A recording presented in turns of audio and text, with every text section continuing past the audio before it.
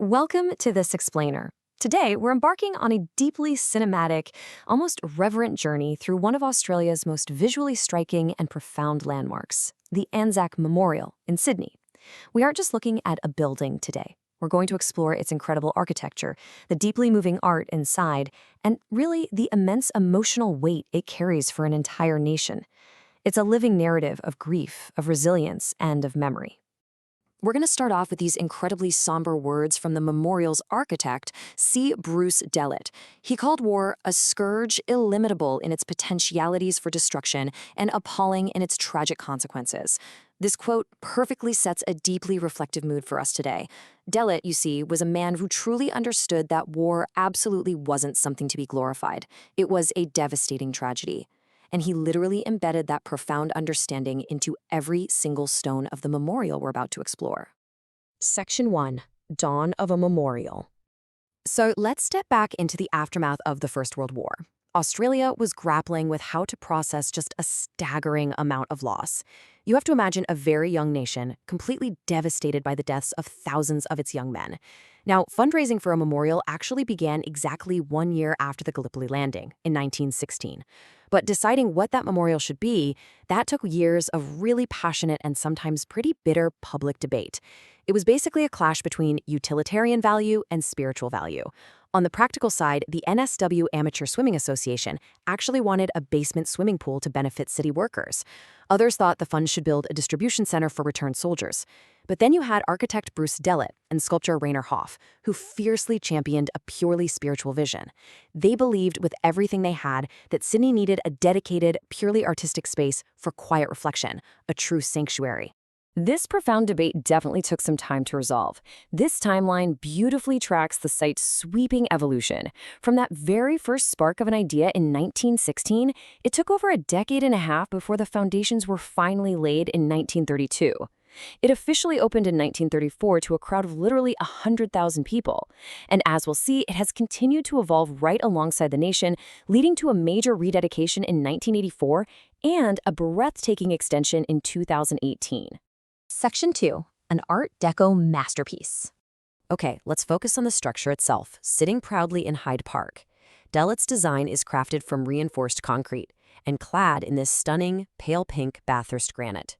Now, what's really crucial here is that he completely rejected the traditional neoclassical columns you usually see on war memorials of that era. Instead, he leaned heavily into a bold Art Deco style. Think about those blocky, buttressed forms and that incredible ziggurat-inspired stepped roof. He combined all of this with these massive cathedral-like windows, but rather than clear glass, he used amber-stained glass, and that was absolutely intentional.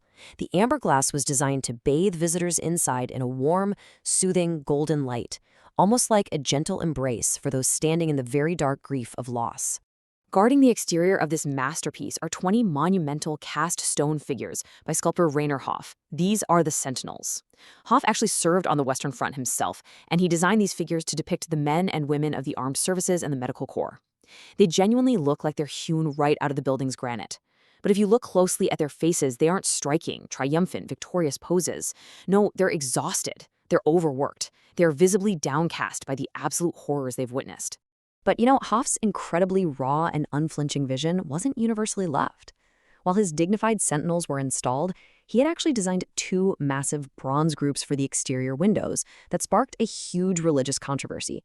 One piece, called The Crucifixion of Civilization, featured a naked woman on a cross suspended above dead soldiers, while high-ranking church officials called it shocking and inappropriate, and it led to a massive public outcry. Because of this, those 2 provocative sculptures were never built, which actually left the exterior slightly unfinished in Delit's eyes. Section 3. The Weight of Sacrifice. Moving smoothly inside now, our gaze is drawn down into the well of contemplation. And right there is the absolute heart of the memorial, Hoffman's central bronze masterpiece, called Sacrifice.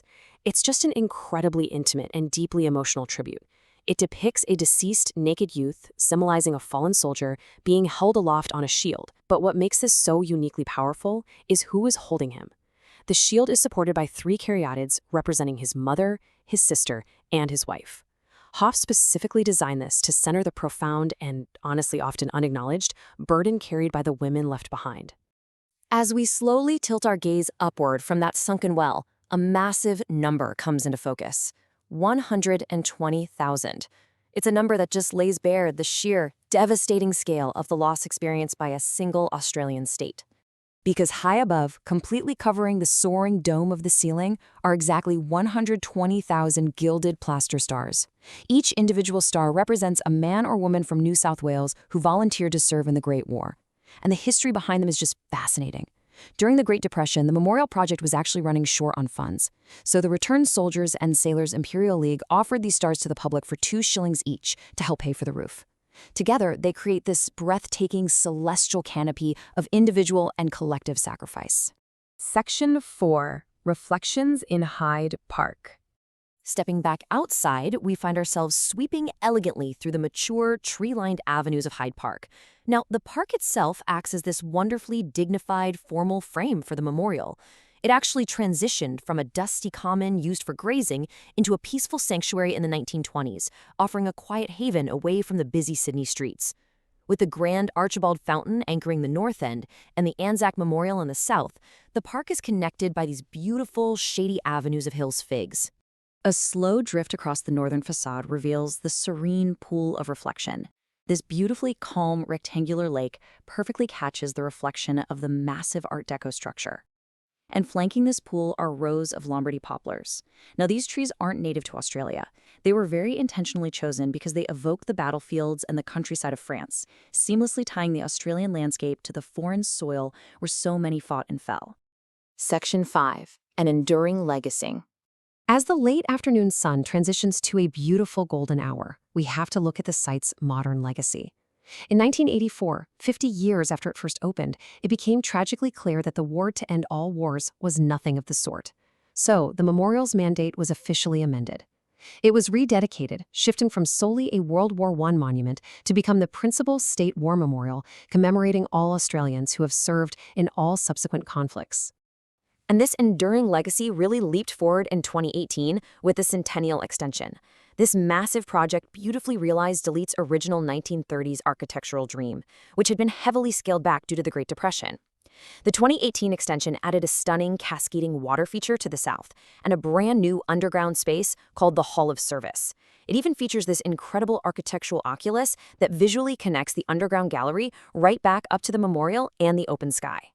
Inside this new Hall of Service is a truly profound contemporary artwork by Fiona Hall.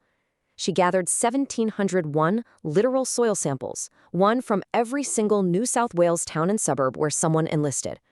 She then displayed these alongside soil from 100 significant international battlefields. By embedding these earth samples directly into bronze plaques, she physically and symbolically grounded the memory of the fallen in the very soil of their homes. As dusk finally settles over the Sydney skyline, the memorial fades to black, leaving us with a simple, enduring command: lest we forget. It leaves us with a profound thought to ponder. As time marches on and living memory fades, how will we, and the generations that follow us, continue to honor the incredible weight of this sacrifice?